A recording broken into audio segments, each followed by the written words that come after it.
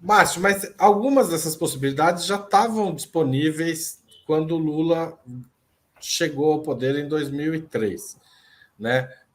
Por razões conjunturais ou ideológicas, muitas delas não foram desenvolvidas. A ideia, por exemplo, de usar uma moeda sul-americana é algo que já vem sendo debatido desde o processo de redemocratização nos dois países, né? E da criação do Mercosul, etc. Você acha que haverá forças, tanto sociais quanto forças, digamos, de elaboração teórica, num eventual novo governo Lula, para romper essas barreiras? E os bancos, especialmente, romper a força política que esses bancos, esses oligopólios têm no controle financeiro do país?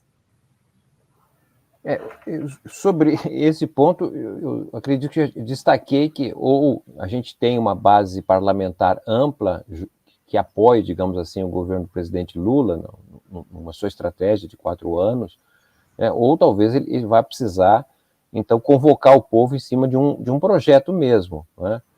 A maioria política, não somente dependendo da base parlamentar. Mas eu diria que há um elemento diferente da experiência dos 2 mandatos do presidente Lula. Isso que a gente está comentando, que você destacou de iniciativas, não é? Foram muito próprias, digamos assim, de um ensaio possível, ousado e corajoso, quando, na verdade, o mundo estava basicamente sustentado por uma unipolaridade. O poder dos Estados Unidos, né, nos anos 90, e sobretudo na primeira década desse século, era inegável, né? Ou seja, decorrido praticamente 20 anos, né, nós temos hoje um mundo que não é unipolar, não é? É um mundo já com uma pluralidade e centralidade diferente, né? Tem uma importância inegável da própria Rússia, especialmente da China e dos países asiáticos. Há vários países em expansão, que não somente a China, embora a China seja mais exuberante, né? Nós temos os Estados Unidos, há uma série de problemas nas cadeias globais, da forma com que elas operavam, seja pela pandemia, que demonstrou insuficiências, né? Seja, inclusive, pelas dificuldades que fazem com que hoje empresas aqui no Brasil paralisam porque não têm acesso a semiprocessadores, etc. Ou seja, o Brasil tem uma possibilidade de construir, do ponto de vista sul-americano, um novo centro regional de produção, né, de tecnologia, até porque também nós não temos saída para o Pacífico, né? Os últimos 500 anos foram, na verdade, anos de centralidade do Pacífico no mundo, do Oceano Atlântico.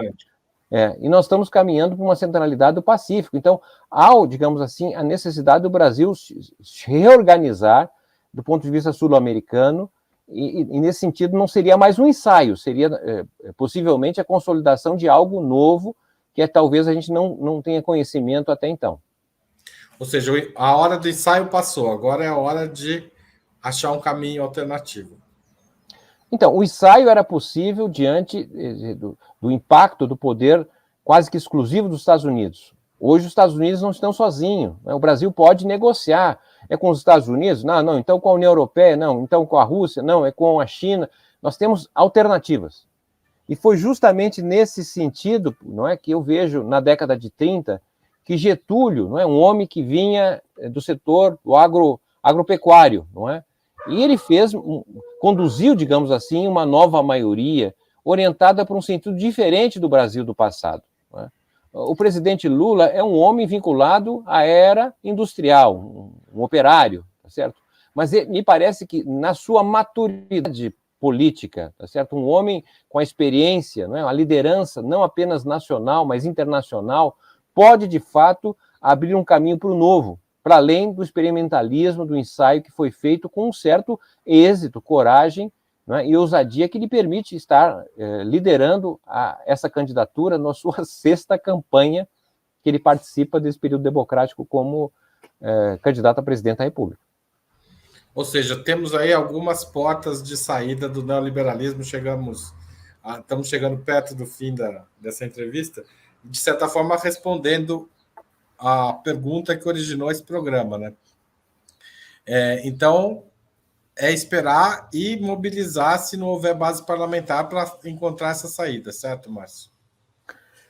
Olha, nós não estamos mais vivendo, pelo menos a meu juízo, o ciclo político da nova república, né, que foi justamente aquela que se consolidou na Constituição de 88, cujo ciclo político, de certa maneira, garantia a posse, porque todos, não é, aceitavam o resultado eleitoral. Não vamos nos esquecer que a eleição de 2014 praticamente interrompe esse ciclo político da nova república, porque uma parte dos partidos que apoiaram o candidato que foi derrotado não aceitou o resultado e levou para um terceiro turno. Não é? O fato que se saber se o vitorioso toma posse, não foi colocado mais depois de 2014, porque, de certa maneira, os partidos, as forças políticas que interromperam o governo da presidenta Dilma foram os vitoriosos na eleição de 2016, na eleição de 2018 e na eleição de 2020.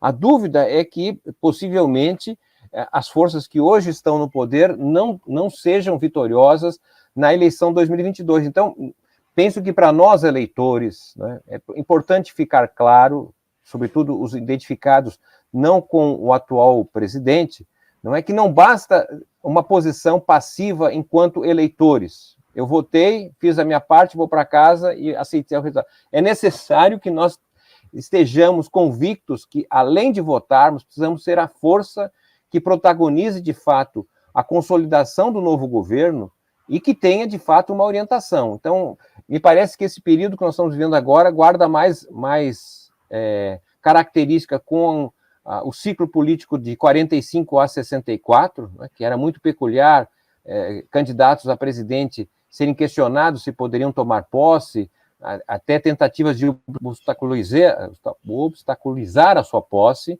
Então, essa é uma questão. Nós temos, infelizmente, dúvidas se o atual governante aceitará o resultado. Não é? Isso depende, digamos assim, de uma participação mais ativa do eleitor. Tá certo.